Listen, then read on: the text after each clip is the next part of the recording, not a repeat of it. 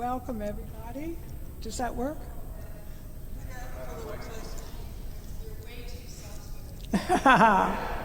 There, welcome, everybody. Thank you for coming. I'm looking forward to a great series this summer. We have 3 very different topics to talk about that are different chapters of this church we love so much. Tonight, Brad is going to talk about building the original chapel.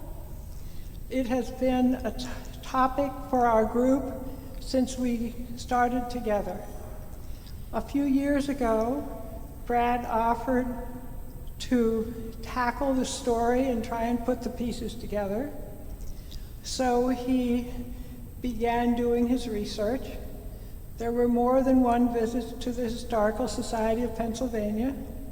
He pored over vestry minutes and financial reports and correspondence, and he read articles in the Record, which is the communication before the dove. He studied the blueprints and the drawings, glassed negatives of drawings, had conversations with people, and pretty much figured out a detailed understanding of how this all evolved. A couple of years ago, he came in one day and he said, "You know, this story is really about confronting change." And we understood that that was so. And we began to look at the story and think about it differently.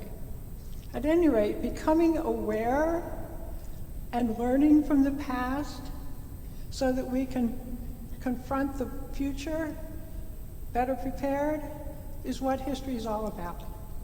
It's what we do and why we do it. I want to say a word about Brad. When he came to join us, it became very evident early on that he was going to be our tech guy. And we were really happy about that, I have to say. But over time, I want you to know that he has become a wonderful support to us and a very dear friend to me and to every one of us. And we're very happy and grateful for that. He's worked very hard to keep this presentation short. I want you to know that. And I also want you to know that on Saturday he's going to be celebrating his 85th birthday, and we're all very happy about that.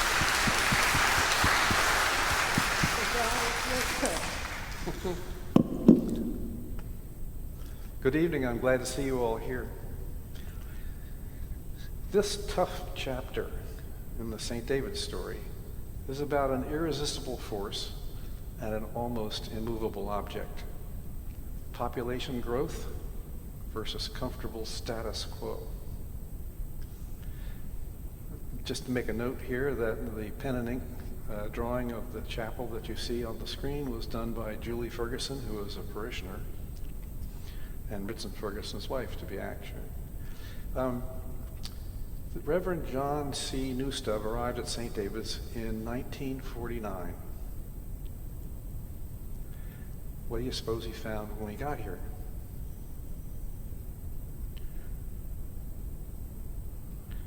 The parish was approximately 440 members. Average attendance at 2 services was 126, mostly at 11 o'clock in the morning. The 8 o'clock has always been the 8 o'clock. The parish was made up almost exclusively of wealthy business executives and parishioners from old line families. They liked it this way and they didn't want it to change. The parish had a reputation for being exclusive. In fact, Bill Lord, who had been on the vestry, at one point told a story about being accosted in the Acme. Some character came up to him and said, "What do you have to do to get into that place?" Well, I'll bet you there's a high percentage of people in this room right tonight who were recruited to come in as opposed to just walking in the door. But we'll not take a survey. Okay, so now let's take a look at the clergy, the vestry, the physical facilities, and the environment. The bishop at the time was Oliver J. Hart, consecrated in 43 as diocesan bishop, and he was therefore a little new in the saddle. Bill Wood, who is a retired rector from St. Christopher's, where he had a spectacularly successful run, and is also recently retired again from Frank's Pastures for Pastors program, was talking to a person who had been a warden during this business about getting the chapel built. And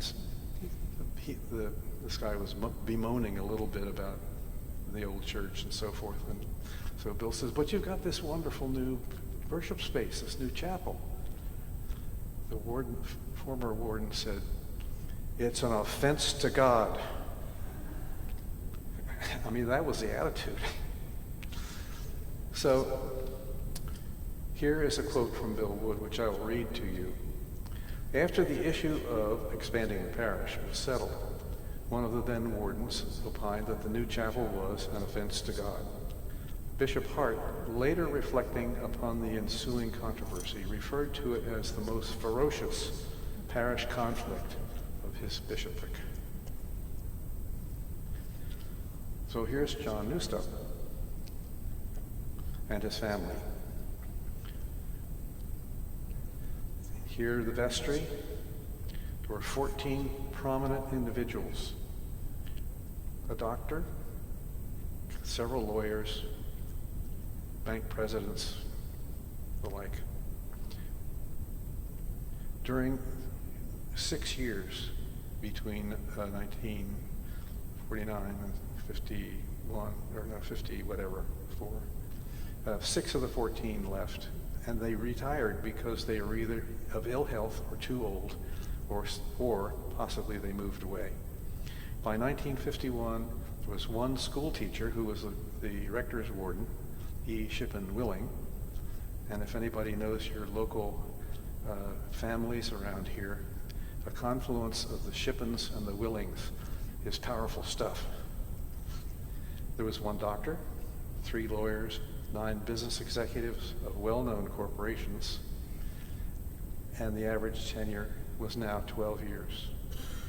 There was a man on the vestry who had been initially put on the vestry in 1890. There were all sorts of interrelationships. They all belonged to the same clubs. They were pillars of the church. At least one meeting was held in the racket club. Get you the idea. The only way to get on the vestry was to be selected by probably the kind of conference between the rector and the rector's warden. They said, oh, John would make a good addition, so next time there's a vacancy, we'll put him on. And that's how it happened. Annual meetings, there being no other nominees, the secretary of the meeting was instructed to cast 1 vote for every member of the nominees, and that was that. So now let's have a look at where we are.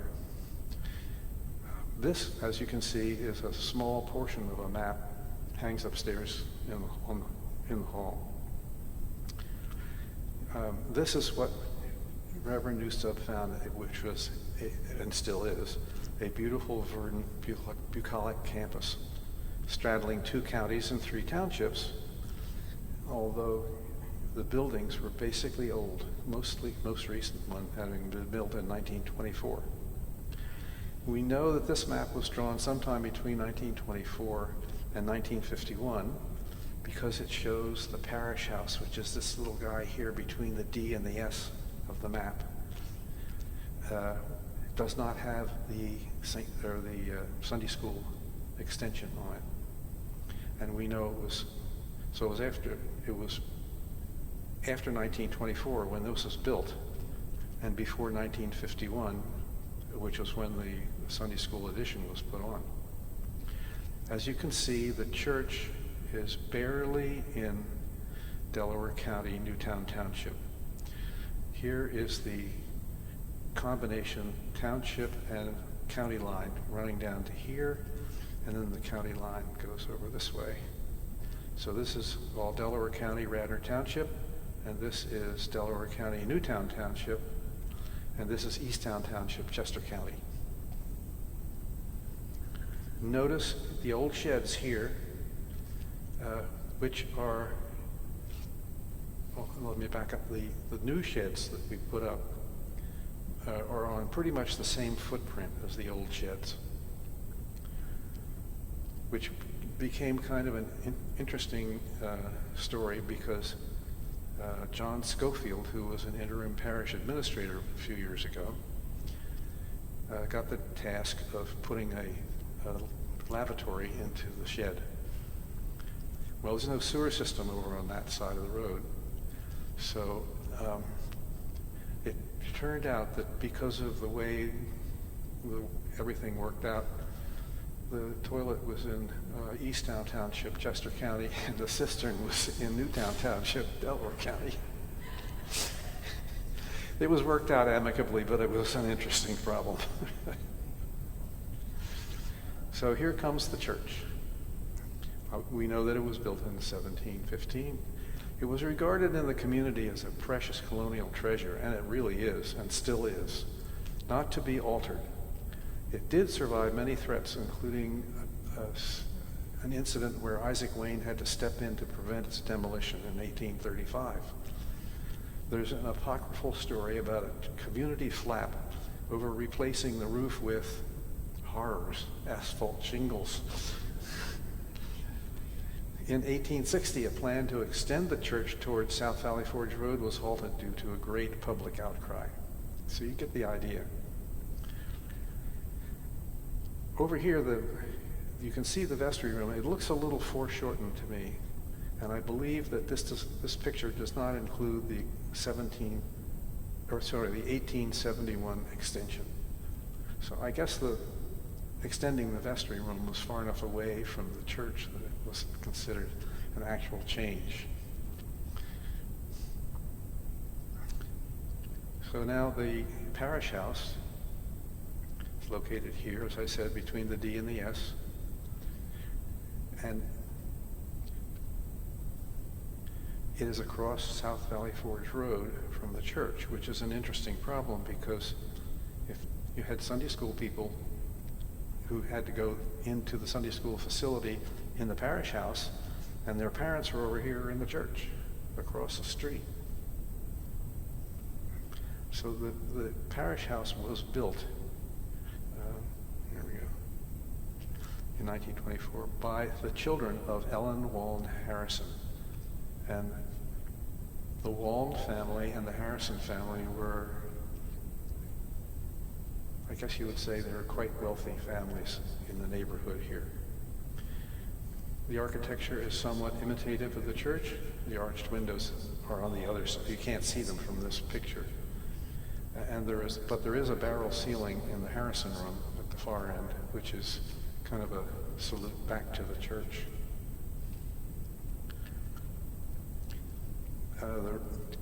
The rectory is located up here, which is now where the New Stub building is. And you can see that there was a barn. I think this is probably a corn crib, but I really don't know. And this is a mystery building. You can use your imagination.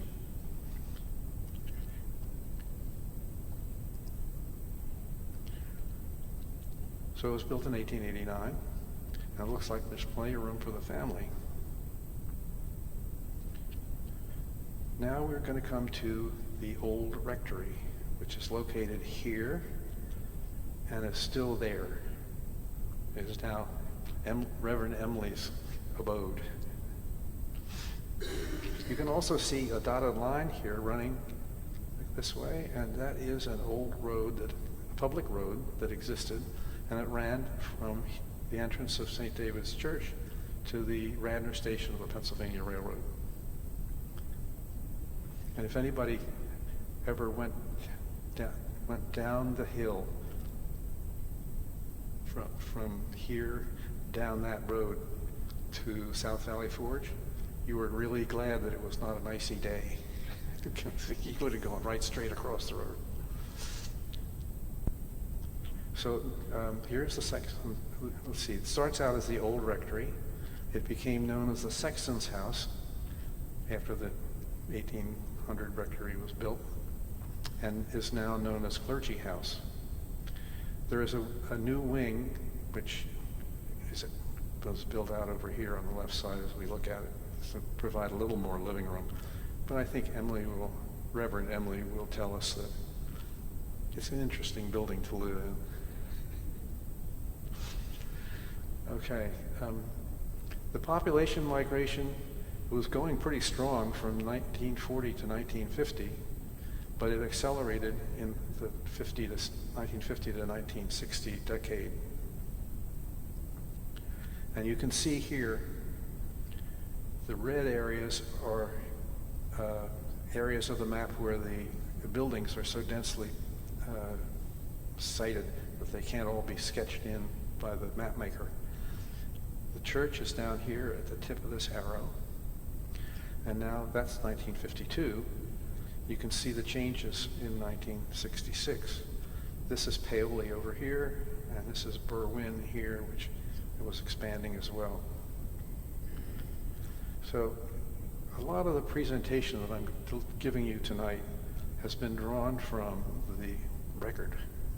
The Record was a monthly newspaper, monthly parish newspaper, very valuable for historians and archivists. It really did explain a lot of things that don't show up in other records. And another important source, of course, is the vestry meeting minutes of the time, and also some letters that were printed and sent out to various elements of the parish. So here comes the problem. In May of 1949, Reverend Newstub wrote an article, a little bit of which you can see here. The punchline is, "But we are faced with a challenge to our faith and vision as members of Christ's Church." Not sure where this all came from. I'm sure a lot of it came from him. In fact, the more I think about this whole story, the more I think of Reverend Newstub as being a visionary at the time. He saw that the physical facilities were just not adequate for the task, and he began to understand that he needed to do something about that. I think he could have written this piece in the Record a little more diplomatically, shall I say. Will the answer be found in enlarging the present edifice? Horrors, we can't do that. Or in the building of a new church? Well, that's not as bad, but it's pretty bad. It is difficult to imagine that anyone, after prayer consideration, would allow mere sentiment for St. David's to stand in the way of extending the great work for which the church was dedicated. Well, that's a good position for a clergy person to take, but maybe he could have been a little more subtle about it, I think, because I think he kicked over a hornet's nest doing this. There was a flood of letters protesting any kind of change to the church. The Delaware County Historical Society weighed in, and there was just tons of letters that came in. This is just one, and it is signed by George Harrison, who was one of the children who put up money to build the Ellen Wald Harrison Memorial Parish House. So it's obvious that the affection for the old church had not waned at the slightest. So the vestry picked up on that, and they came out with a walk back of this error. Resolved, it is the consensus of the vestry that no change in the edifice of St. David's Church is desirable. Any enlargement or alterations of any nature are out of the question. The present structure should be preserved for future generations. Well, pretty strong statement, but I don't think it did much to get everybody calmed down. Shippen Willing, who was the records warden at the time, is shown here in his cooking garb at the Fish House, which was a highly exclusive party venue near the Delaware River. It's upstream from Philadelphia. And rookie members got the cooking duty. So apparently he was a rookie member here at this time. So the vestry decided to put an extension on the parish house for the Sunday school in hopes that that would alleviate the crowding in the church services.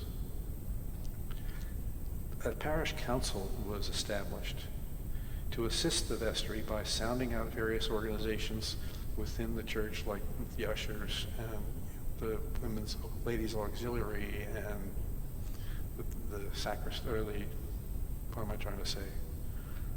The altar guild and the like. So there were two plans that were available to look at here. Somehow Roland T. Addis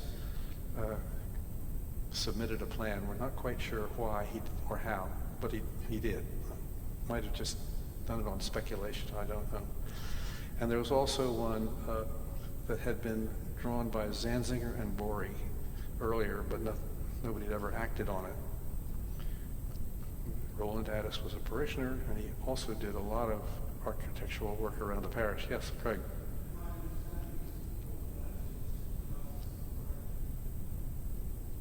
Okay, thank you.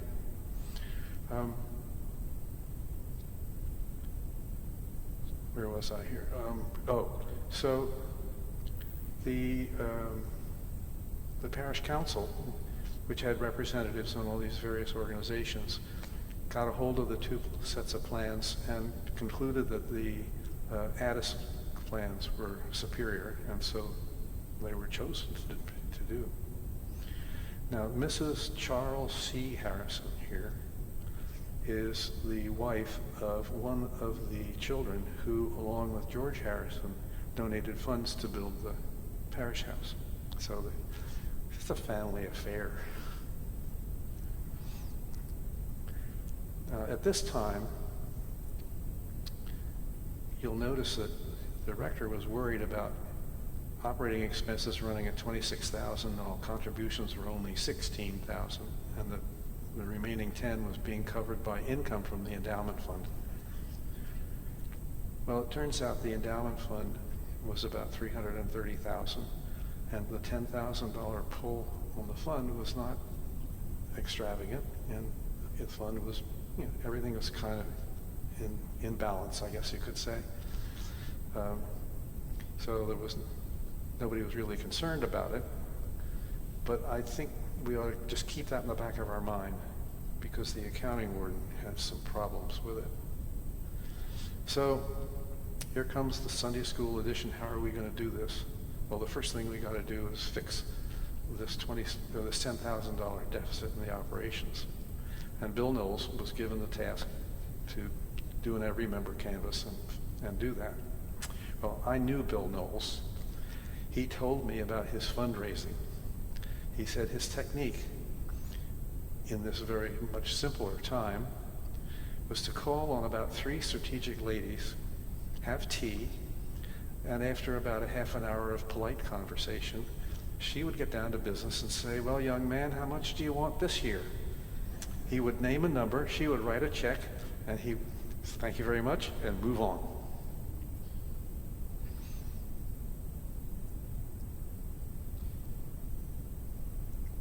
So by June of '51, the extension was complete. And here is the architect's sketch. This is the entrance to the existing parish house, and here's the extension out this way.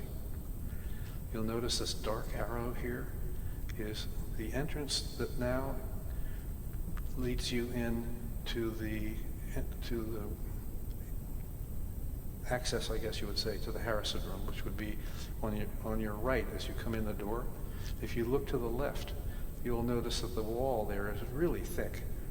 And the reason being that it was the outside wall at the end of the building before the extension here was put on. This is now the art gallery. You'll notice here that there's some dotted lines sort of sketching out an addition to the Harrison room.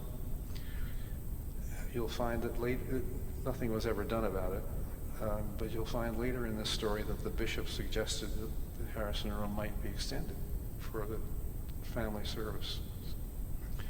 So there it is. Well, the celebrations over putting the extension on there and getting the wing built, and by the way, it was done in advance of contributions, which then started to come in, and they paid the thing off in jig time. But the celebrations were hardly over when a vestry member pointed out that the problem had not been solved. Here are 250 seats in 2 services, 125 in each service. In 1951, it became 3 services. And so now the seats were, really 375. But that pales in comparison to the attendance. So people were getting packed in. The vestry room was being used, and if you've ever stood in the vestry room, you know that you cannot see into the church, much less hear. So that wasn't a very satisfactory situation. I'm sorry, but now we have to step back a little bit and pick up another thread. The parish council sent a question to the vestry, which was, how are voters qualified and so that they can vote for a vestry member, and how is a vestry member qualified to become a member? So there was a study made, and the provisions were changed slightly to eliminate a need for a financial contribution to the church in order to qualify as a voter. Not smart. The wording sounded more restrictive than the original bylaws, but the effect was to allow more people to vote. Now, at this point, Shipp and Willing resigned and moved to Seattle after 24 years on the vestry, and the last part being as rector's warden. He was replaced by Fitz Eugene Newbold. Newbold was former United States Senator George Wharton Pepper's grandson-in-law. And it was a nice relationship to have.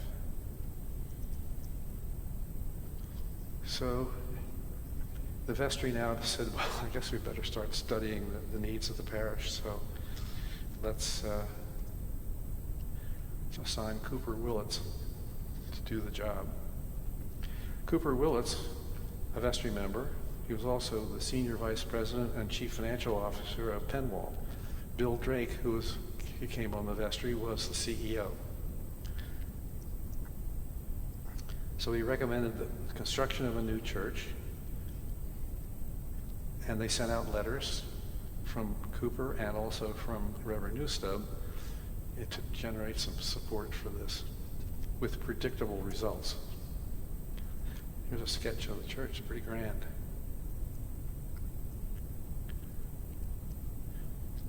Now, sorry. Here we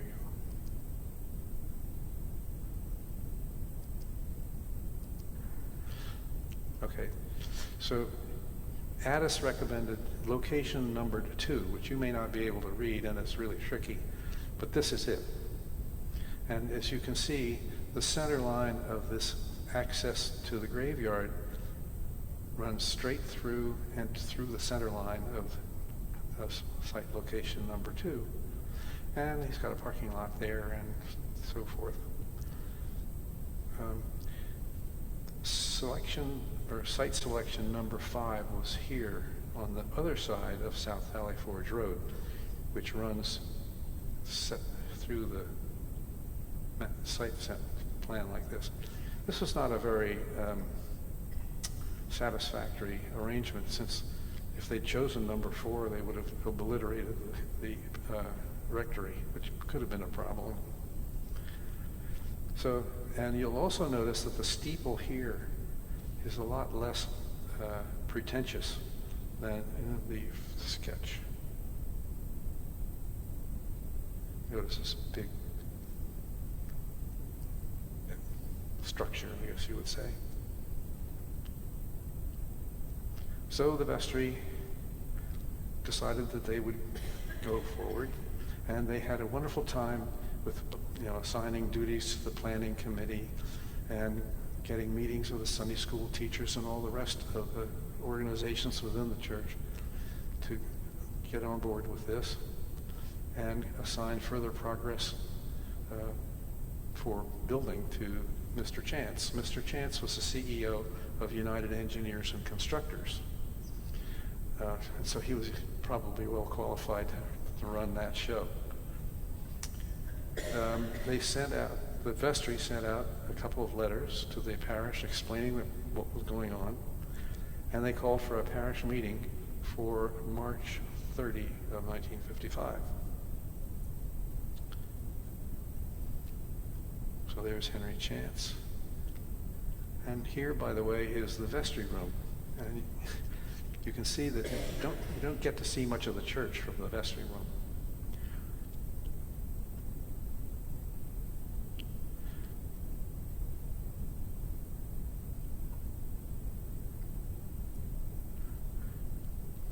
These communiques seem to not be sensitive to the idea that building a new church was a shock to the parish.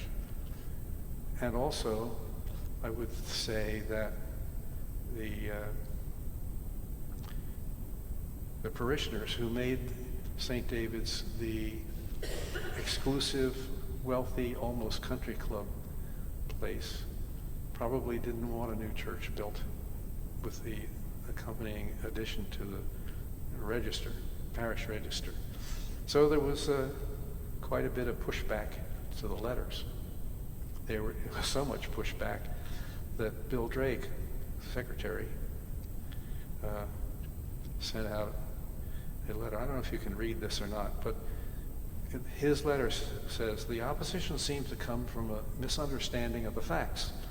The vestry has not committed any plans or expenditures. We hope that parishioners would fully study the situation, keep an open mind, and come to the meeting." I guess there was a significant fear that the vestry had already committed money to this, which they had not. I mean, they were trying to do it right. So in the first go-around with this, the panic was over adjusting or changing the church. This was a little different. And they didn't want the parish enlarged because of the social implications. They didn't want another church to be in the parish to compete with the new edifice, or a new edifice rather, to compete with the old church. They didn't want to spend money. And there was a legitimate fear that the church would lapse into disuse.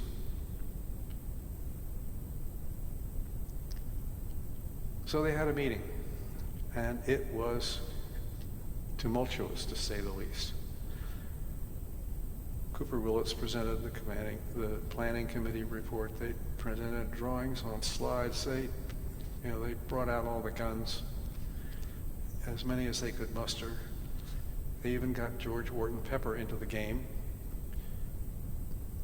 The retired, I think he was retired at that point, United States Senator from Pennsylvania.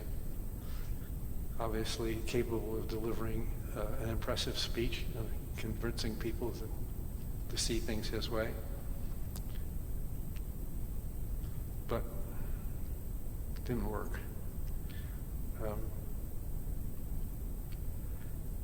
There was probably as many suggestions for changes to the plan as there were people at the meeting, and it was pretty big. The accounting warden who opposed the expansion made some very wild remarks and generated confusion among parishioners and even the vestrymen, because he was talking about operating in the red, which I believe, giving him the benefit of the doubt, was referring to the fact that up until recently, the annual pledges had not soaked up all of the expenses. So, but I don't know that for a fact. Now the annual meeting is coming up, and it's going to be a vestry election. So the opponents to this plan nominated the 5 new members. They were hoping to adjust the balance on the vestry.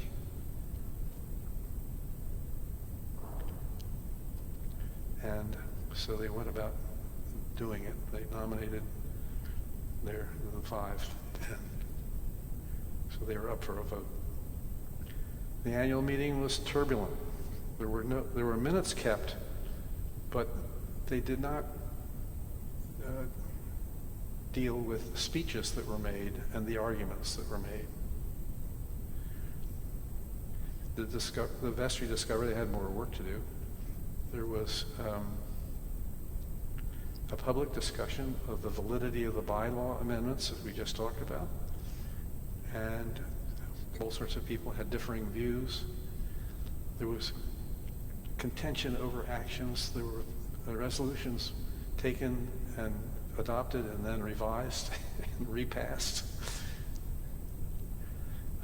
And in essence, everything got sent back to the vestry for restudy.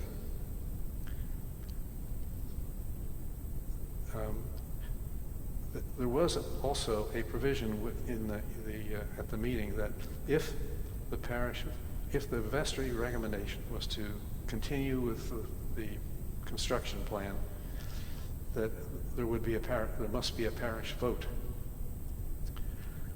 Well, the vestry had figured that one out, and they were ready with a ballot structure, which is sort of a combination of a voting instrument and a marketing survey. Yes or no on the construction? If yes, choose from the following options. We know the first one wasn't going to work, extension of the present church. That just wasn't going to happen. Erect a new church with Sunday school facilities in the basement. The same thing, only attach it to the parish house. Or, let's wash our hands and establish a mission church at Berwyn and let them worry about it. I don't want to write in anything else you have in mind. So Henry Connor, the guy who was put on the vestry in 1890, now 1955, just kicked over a hornet's nest because he said that the amendments to the bylaws had not been legitimately passed, and that they should be redone and passed correctly. Well, there was just a lot of scuffle over that. There was almost an argument in the middle of the meeting over what to do. And finally, the chairman of the meeting said, in order to promote harmony, everybody who's here can vote. So they just threw the bylaws out the window and said, here, let's do it.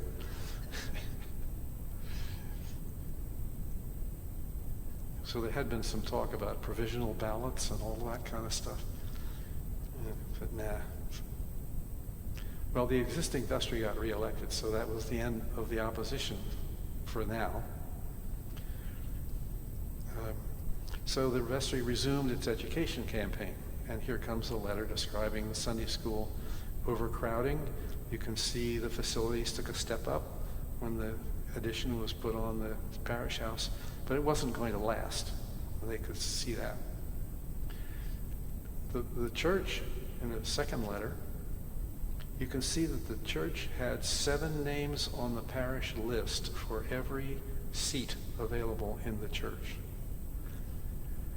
Good Sam had 5.5. They were overcrowded too, and they adopted it or went into a construction campaign shortly thereafter. The rest of these parishes were in pretty good shape. So now, while those letters were out, the accounting warden was also out on vacation or traveling out of the country, possibly hiding from the vestry. But he finally arrived on June 30th, and the vestry was waiting for him. Upon the request, this is in the minutes now, upon the request of a member of the vestry, the accounting warden was asked to apologize to the rector for uncomplimentary and unwarranted remarks made about the rector at the last parish meeting. You don't expect to see that kind of stuff in the minutes of a church or even anywhere else. He sort of waffled. So, well, if I was uncomplimentary, I apologize. Then there was a long discussion about the accounting warden and Henry Connor, and they finally came to a deal, which was, if you, Mr. Strawbridge, will not stand for re-election next year at the annual meeting, and then we will elect Mr. Connor as assistant treasurer and move on. They couldn't dismiss Strawbridge because he was elected. And so they would have, I don't know what they could have done to remove it, but they didn't think they had a way. So then they grilled him about operating out of, said they're operating out of principle, meaning they're raiding I guess the endowment fund. And he said, well, no, we weren't. We're not. So, okay. I take this as evidence of extreme distaste for the actions of Mr. Strawbridge. Now later on, the sore subject of the amendments to the bylaws come up. Henry Connor believed strongly that they had not been validly amended, and he wrote in to say that. There was also some concern about some of the vestrymen maybe not receiving minutes. I don't know about that. And the secretary of the vestry was instructed to write back to Mr. Connor that the diocesan chancellor, who's the legal guy, and House Counsel had blessed the amendments, and the matter was now closed. So go west of Butt Thunder. And those minutes were ratified by a vote of 7-3, which is kind of an indication of, the first indication of a split in the vestry. After this, Messrs. Best, Connor, Mather, and Strawbridge, the opposing four, absented themselves from most of the meetings or voted against significant actions when they were there. The revised amendments were eventually dealt with. Over the summer, Newbold consulted with some other lawyers, and they suggested that the business about contributing to the parish be put back in as a requirement for a voter to be able to vote. And so they, on October 14th, they revised some of their revisions and passed that thing by a vote of 10-4. We can imagine who the four were. Eventually, the revisions were passed on January 23, 1956, but that was after the big vote whether to expand or not. So now the vestry is getting ready for the parish meeting that had been called for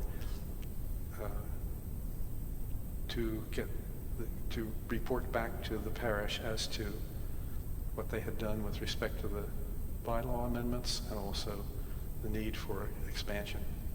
They thought they needed a little expert support, so they tried to use a fellow by the name of John Halco, who had done a lot of work for the diocese and was recommended. Well, it was not a convincing report. He dwelt on average attendance, and you can't really do that if you're thinking about how big a church building ought to be, because that obscures the difference between summer attendance and winter attendance. It's kind of different. Inside the report,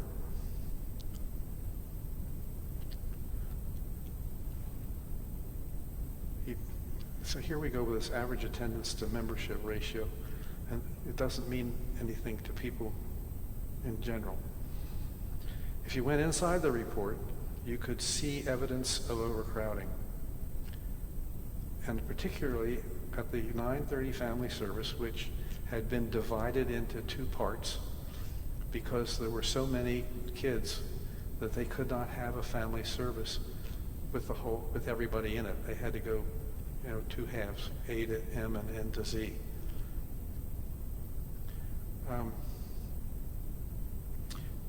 While the overcrowding was kind of mentioned, none of the attendance statistics were put into any of the tables in the analysis section inside the report.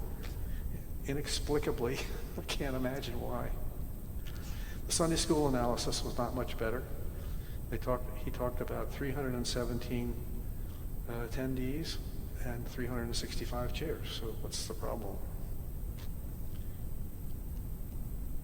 So the parish meeting was predictably another Donnybrook. The accounting warden again shot off his mouth.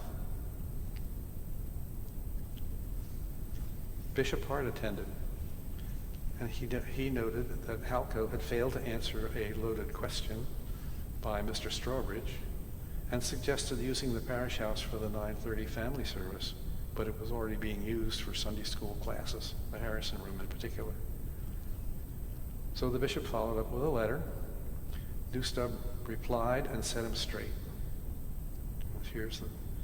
He, as I say, suggested the Harrison room. He also suggested that St. David's have an 8 a.m. and 11 a.m. in the old church, that was a sort of a no-brainer. Now, he sent a copy of this letter to none other than Mr. Strawbridge, and also Mr. Day, who was the audit committee chairman. I mean, as accounting warden, I guess Strawbridge was sort of entitled to get a copy of that letter, but we'll let that sit for a minute. So here comes, at the next vestry meeting, a letter from a parishioner saying, what about this operating in the red? So you really wonder why Strawbridge did this again. I mean, he got his head handed to him the first time around. I mean, maybe he felt he had nothing to lose. I don't know. So now, this is November 20th, and the events begin to cascade. It starts to go really fast. At this meeting, there were two forms of ballot proposed, even though one had already been specified at the annual meeting, but the opposing four felt they had to take a shot at it. And they did. And everyone, I won't read it to you, but every one of these suggestions includes a question about how much money would you be willing to put forward to make it happen, which anybody who does any fundraising knows is a poison pill. The other ballot was pretty much along the same line as the annual meeting.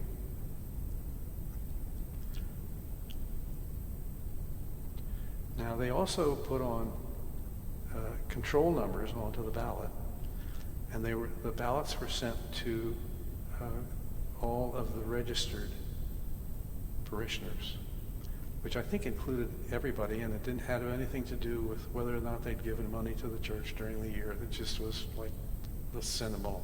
They sent out 800 odd ballots. They had to be, as I say, control numbered which of course was registered so that there was an idea about who got what ballot number, suggests that maybe they were worried about ballot box stuffing or other irregular behavior. And it was accompanied by a letter from the rector's warden indicating that the financial support idea was a bad idea, that there would be no change to the church, and get your ballot in by December 15. Now, on the same day, here comes the accounting warden's report of the last 5 years. The 9-month figures do show an excessive expenses over receipts, but anybody who has got any idea about church finances knows that typically churches, particularly in those days when people went on vacation and took their pledge with them, the churches typically ran in the red up through the end of the vacation period, and then people started coming back, reassessing their tax situation and making donations to the church accordingly. I was the accounting warden at one point, and I ran into that myself. That's why my hair is this way.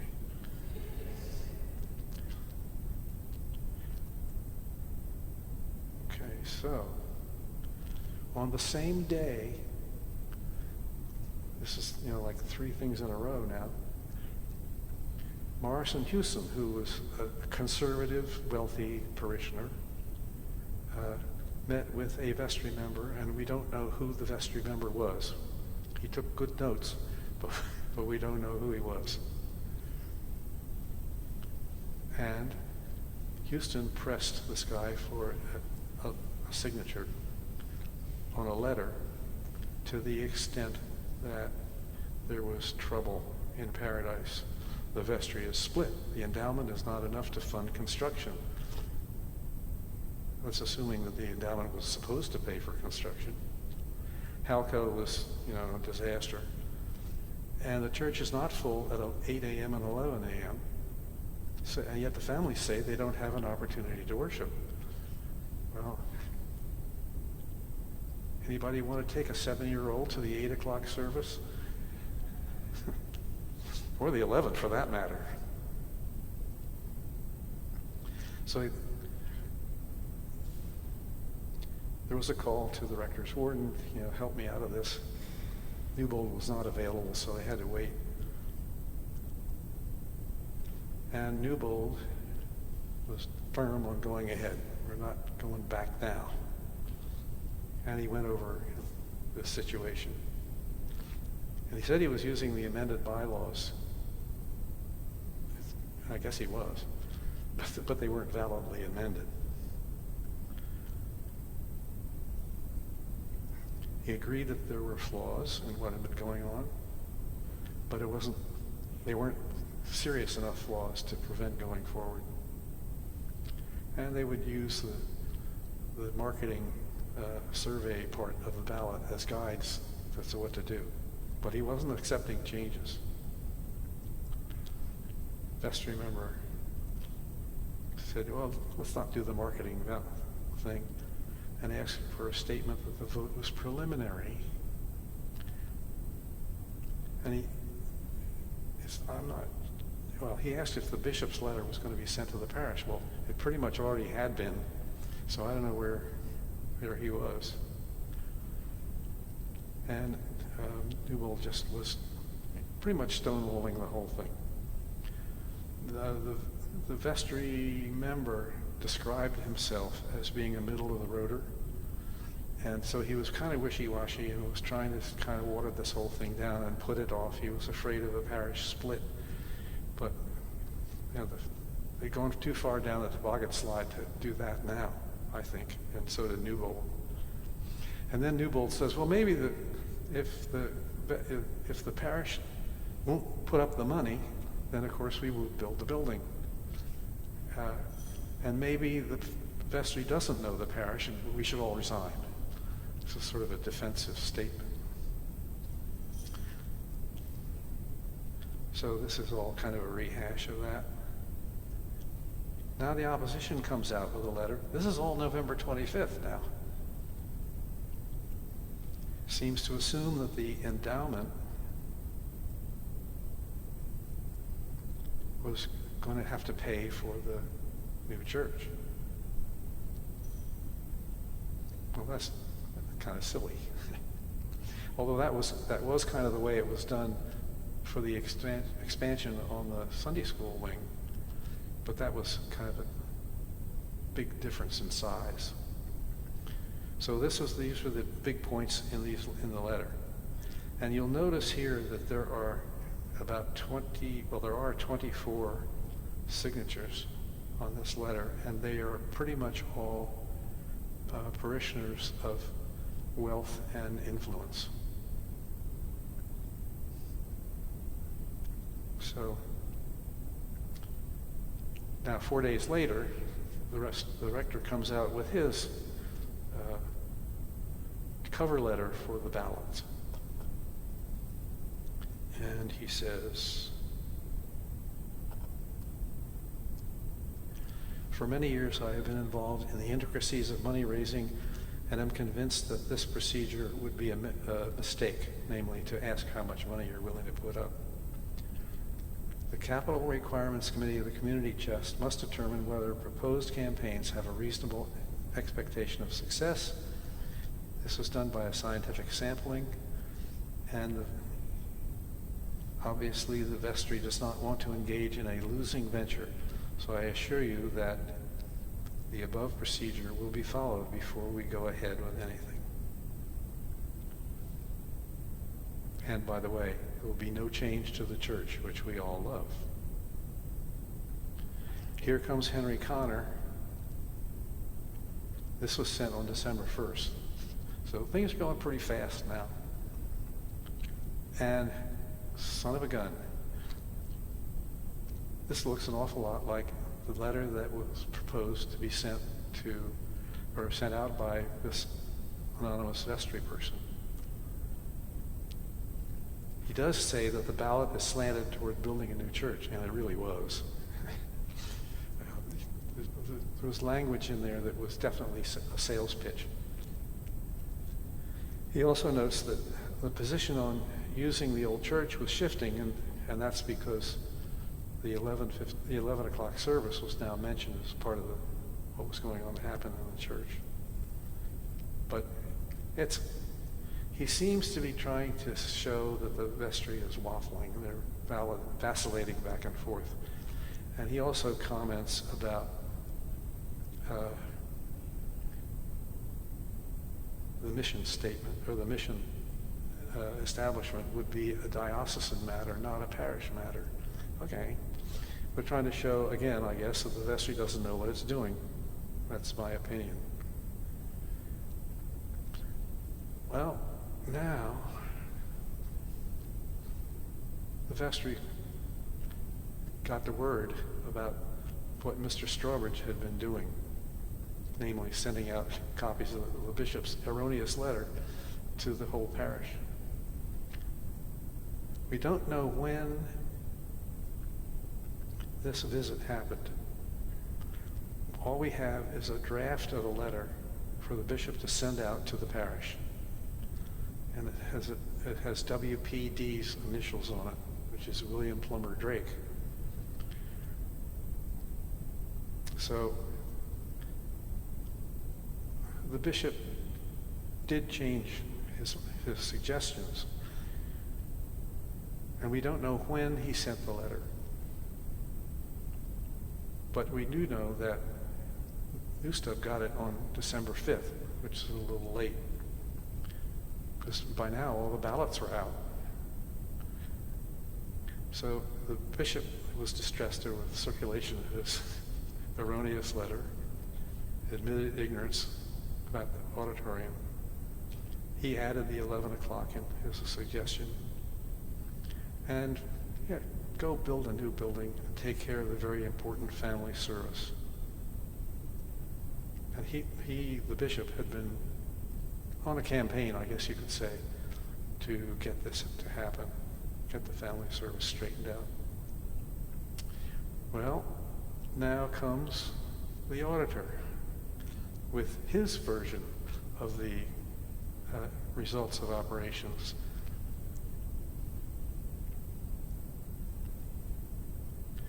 Now, the auditor has a slightly different view because they look at the organization as a whole and not what's going on in the various pockets, like, say, the income from the endowment fund being transferred to the operating account.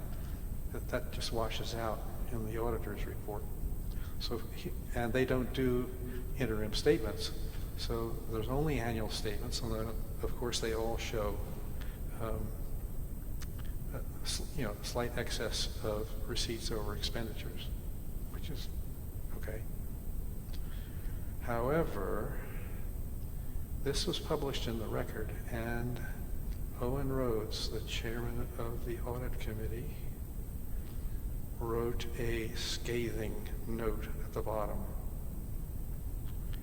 The statement furnished, dated November 23 to parishioners by the accounting warden, was furnished without consultation with Charles S. Rocky and Co., those are the auditors, and without approval or authorization of the vestry. We have been advised by the certified public accountants that differences between figures furnished by the accounting warden and the figures including principal and income balances as of December 31, 1954, as certified by the accountants, can be reconciled as resulting from internal accounting errors. And he goes on to say, oh, well, due to seasonal nature of receipts, it's true that for 9 months you might be in the red. It's happened in several years, and we don't think it's going to turn, we think it's going to turn over into the black by the end of the year. Well, if the audit committee had done that to me, I think we would not be having this meeting tonight, and I would be out in Oregon somewhere. It's just devastating. Now we come to the final communication before the big vote.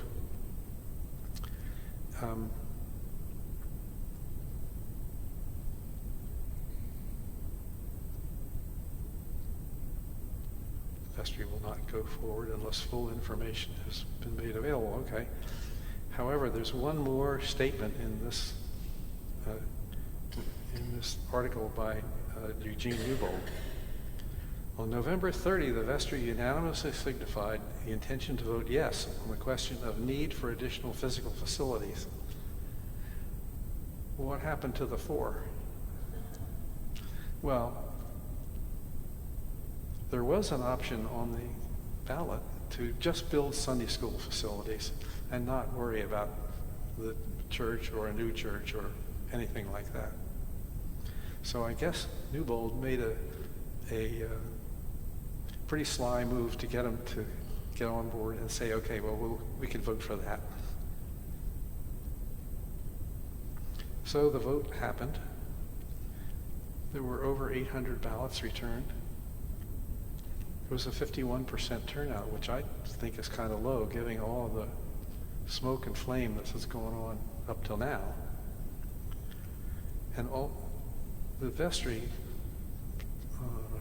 cast this as over 90% of the vote favoring additional facilities, which is true. 32% of the 90 voted for Sunday school expansion only. 64% voted for some kind of a new church building. And the remaining 4% is taken up by the people who wanted to say, well, let's let Berwyn take care of that in the mission.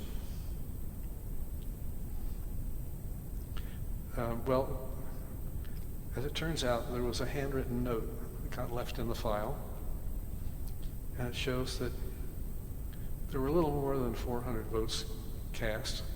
And the percentages are off slightly because of that. But if you look, the absolute distribution of votes was here, which is for either a new church or a new church attached to the Sunday school, to the Sunday school wing. So that's about 55%. And 45% is taken up by votes that were not to build, except for the Sunday school, but not build a new church. So at the end of the day, I would say this was not a landslide. And the parish was kind of divided. In fact, maybe more than kind of divided. So now here we are, Christmas has gone by, and we're into January. Best, Connor, Mather, and Strobridge are absent, as they have been. The bylaws got amended legitimately this time, and this included the suggestions from over the summertime by the lawyers who said you really ought to put the financial commitment requirement back in, so that they did. And they said, the vestry said, from now on, financial reports to the parish should be in the form provided by the auditors in the November record. Pretty, kind of a slap, final slap to the accounting board. So, they chose to interpret the vote as some sort of a mandate to build a new church. And you think back a minute, the attempt to fix the overcrowding problem back in 1951, which was done by expanding the Sunday school facility, it really didn't work. And so just expanding the Sunday school facility, I don't think was really a viable choice. And the vestry elected to go for a new worship space. So they had told Mr. Addis to be prepared, and he presented alternate sites focused on artistic beauty, and he favored number 2 in the layout, which you may remember from before, and he also said, well, you could do number 5 as well. The vestry was concerned with, let's make this a practical extension or expansion if we're going to do it. Let's do it right, and let's make it possible for parents to reunite with their children conveniently after the services, and let's make things work. So, they asked Addis to go back to the drawing board, which he did. And here we have, this is an alternate site that he put together, which I think was a straw man. It was put up to be something to say, well, I had a choice and I chose something else, because it doesn't solve any problems.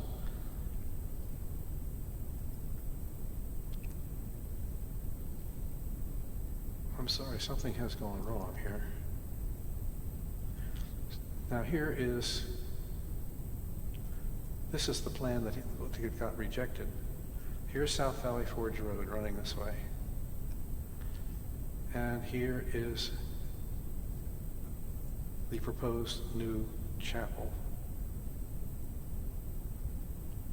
I don't see any parking. I'm not sure the traffic flow is very good. Pardon?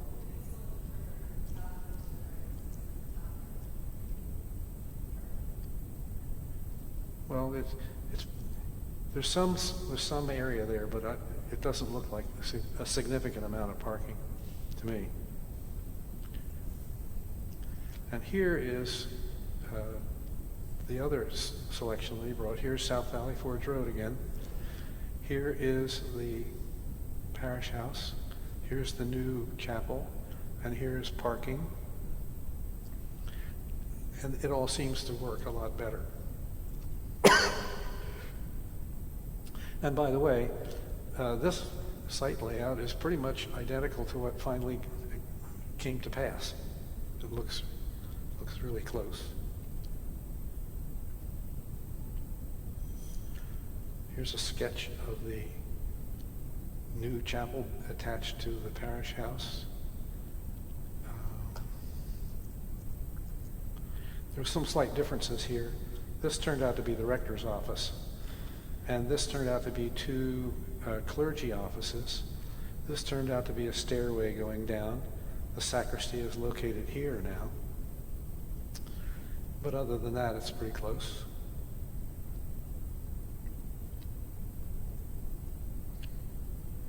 There's the church again.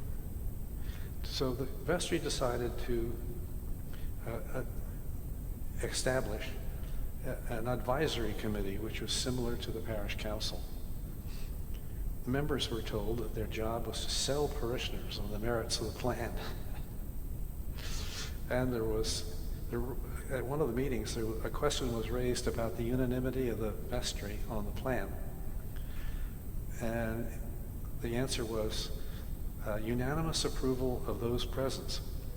And then the comment about absentees was crossed out.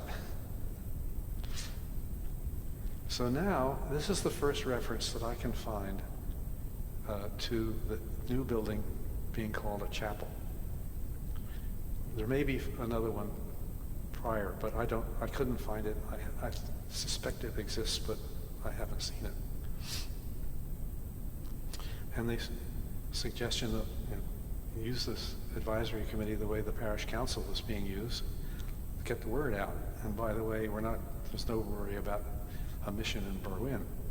So here's a sketch of the proposed chapel. And there are I need to do a little survey.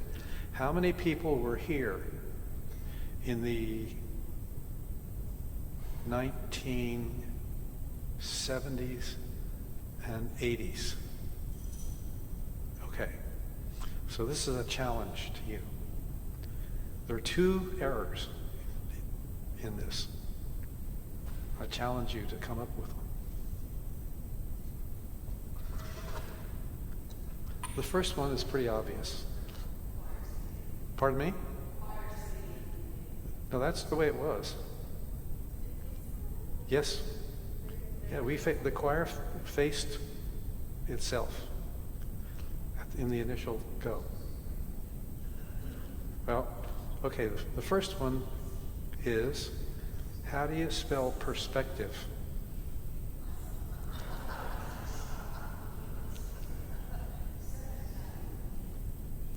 Now the second one is maybe, it might be a little less subtle or more.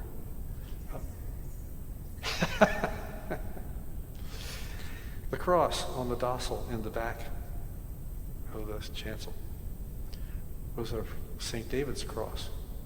It was not what you see here, but that's not bad. It's pretty accurate as to what actually was built. So here's the layout of the sanctuary. It was very traditional. The altar was on the back wall, and there were credence. It was flanked by offering and credence shelves, and clergy stalls where they could sit, or the bishop, or whoever. It was guarded by a communion rail, ran across here. The choir was divided by a central aisle. You can see the pews and all. Inexplicably, the organ console was facing the wall in this alcove. The pulpit and lectern are up front, with seats and prayer desks for the clergy, and the whole thing was raised for visibility. And you could go to England and walk into nearly any cathedral, and you'll see a similar layout. It'll be a little more elaborate, but it will be very similar. Well, the advisory committee found out that one of 6 parishioners wanted written assurances that the old church would continue to be used.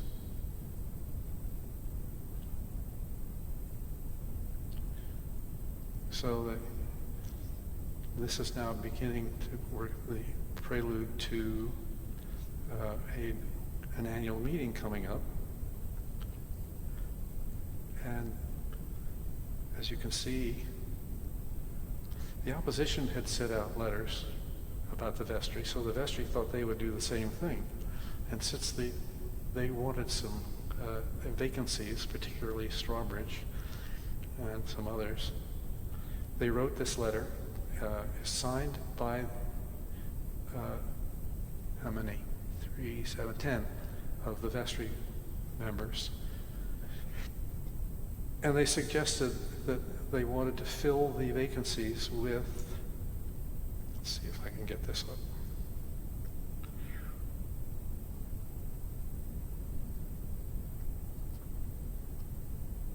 All right, I'll get there.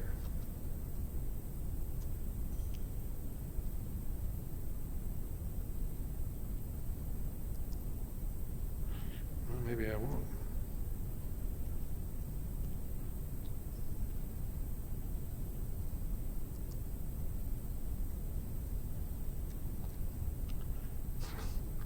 Groovy. Okay, here we go. Sorry. So in this letter, they point out that it's hard to get unanimity. You have to make a lot of compromises, but it's really important to attend the meetings, which the opposing four had not. So the vestry said, we would like you to vote for Mr. Gus Heckscher, who, by the way, is a senior executive at United Engineers and Constructors, where Henry Chance was the CEO. And Bill Knowles, we know about him, and I'm not sure about Al Terry. I didn't find anything out about him. And they also recommended that Connor be reelected because he's been at it for 65 years, and, you know, what the heck.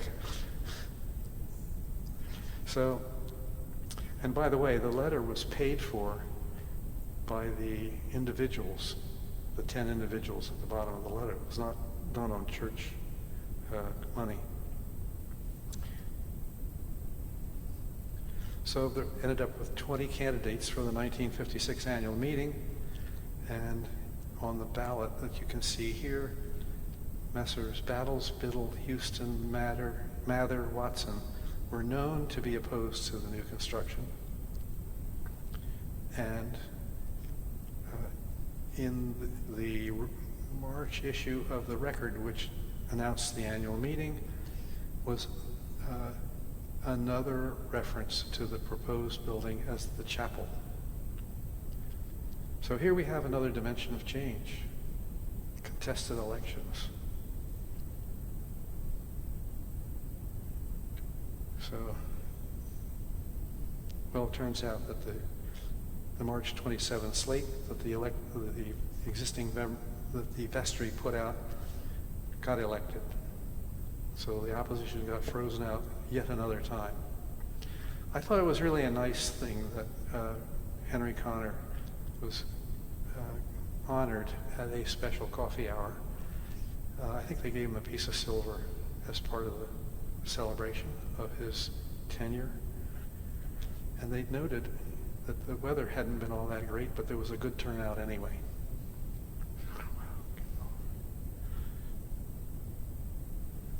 So Morrison Houston couldn't take it anymore, so he left.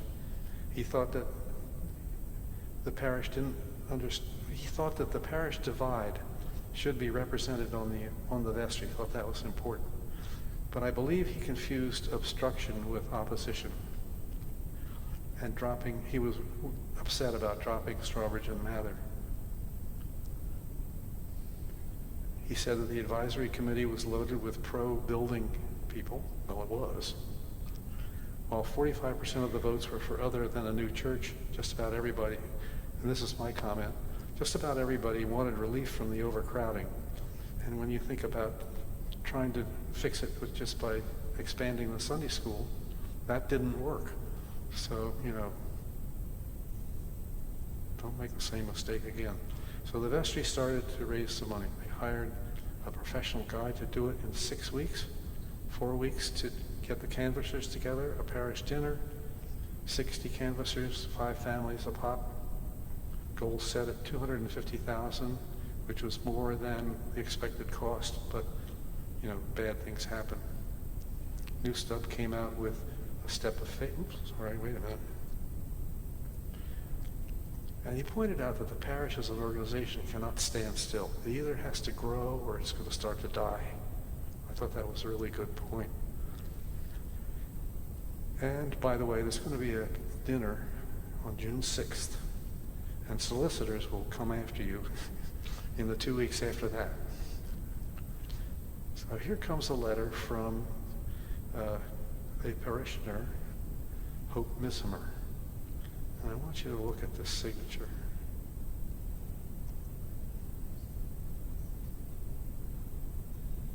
Oops.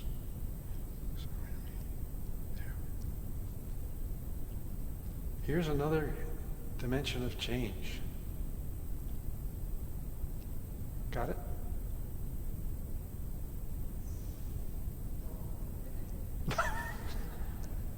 No, she signed her name Hope B. Missimer. And then in parentheses, as a nod to the past, Mrs. Joseph. What? She signed the letter Hope Missimer. And then as a nod to the past, she put in parentheses, Mrs. Joseph, just in case anybody was confused. She also points out this will be an opportunity for all of us to be in one place at one time to talk and pray together. The dinner had to be off campus because there were no facilities big enough. And the Roland School, which is on the site, now occupied by a baseball field at the Radnor Township High School, Radnor Chester Road, was the venue. Your dinner for your church. Come get on it. There were some pleas for delay between the time this letter came out and the time of the dinner. Please be sensitive to the cleavage of the parish. Get some alternate plans. Consider restoring the galleries in the old church. They might have held another 20 people at the most. Newbold said, well, we're not going in that direction. But I appreciate you being, appreciate you being polite in the tone of your communique. But you know, a 51 to 49% vote on one of those alternate plans would just divide us up a different way, and we'd be back in the soup again. So we're going forward. Now, guess who shows up at this parish dinner? It's our old friend, George Wharton Pepper. It seems that George Wharton Pepper was pretty friendly with Calvin Coolidge, who was the former president of the United States. And sorry about the technical problem here. So he made this speech on June 6th. At that time, according to an apocryphal story that is not totally wrong, I think, the parish was not totally on board with the idea of building a new worship space. And so something had to happen. The apocryphal story says that somebody of large importance took the parish off campus to dinner and explained the facts of life to them and got them all on board. Well, I think this is it. And so he said, once when Calvin Coolidge was my house guest, I took him to the Sunday morning service at St. David's. After the service, Mr. Coolidge said, Senator, this is a God-fearing community. He was the kind of man who never spoke unadvisedly. So I felt justified in asking him, why do you say that? He said, I have looked the people of this congregation over, and I am impressed with the conviction that they are taking their religion seriously. That set me to thinking. He had formed his conclusion as the best he could from the observation of externals. But it's God that judges the heart, and whether people do or do not take their religion seriously is a matter which is manifested by their works. God, you know, is very apt to subject us to tests from time to time, to determine the extent of the seriousness of our religious professions. And if you'll permit me to say so, I believe firmly that the campaign upon which you're embarking is a test which Almighty God is subjecting us to and for which we must prove ourselves equal.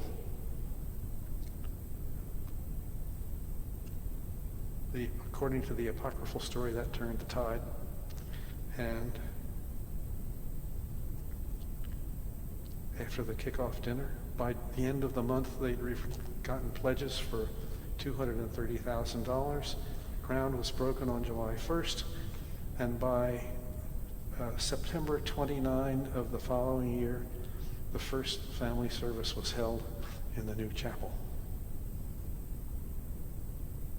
Pretty fast. Mr. Newbold resigned. Unfortunately, I can imagine with the time that he must have put in on this, that he had a lot of unfinished business hanging around. So he was taken, Owen Rhodes took his place. Now, just at the end of all of this, the Newland Trust comes up, was established, income to be paid to St. David's to be used for the maintenance, operation, and preservation of the old church and the churchyard on that side of South Valley Forge Road.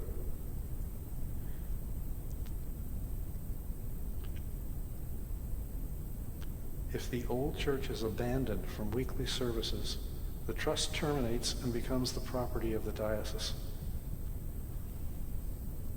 Okay, you said you were going to use it for 8 and 11? Use it.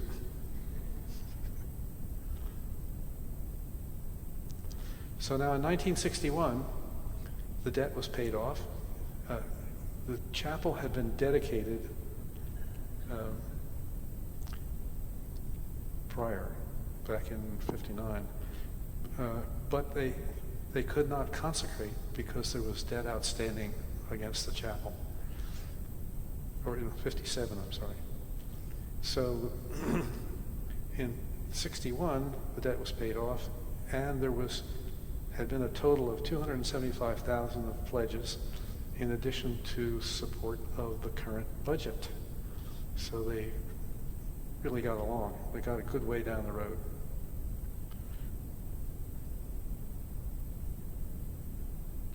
So here's the deed to the diocese. We request the bishop to take the chapel, separate it from unholy use, and we relinquish any claim for the right of disposition or change of purpose.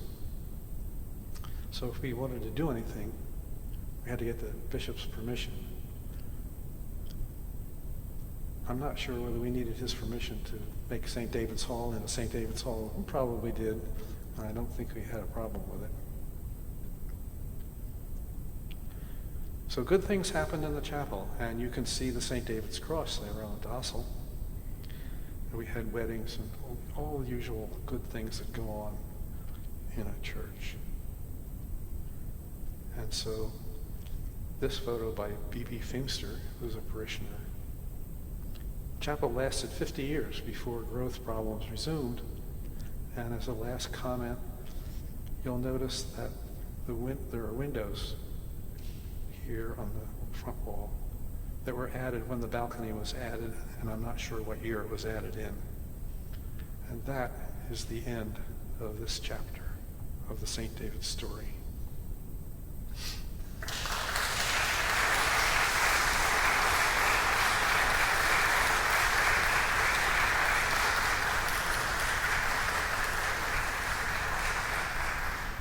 Thank you. There's some people who need to be thanked. The first person I want to thank is Mary Ann Cook, who is a teacher, and she knows how to get me to do things.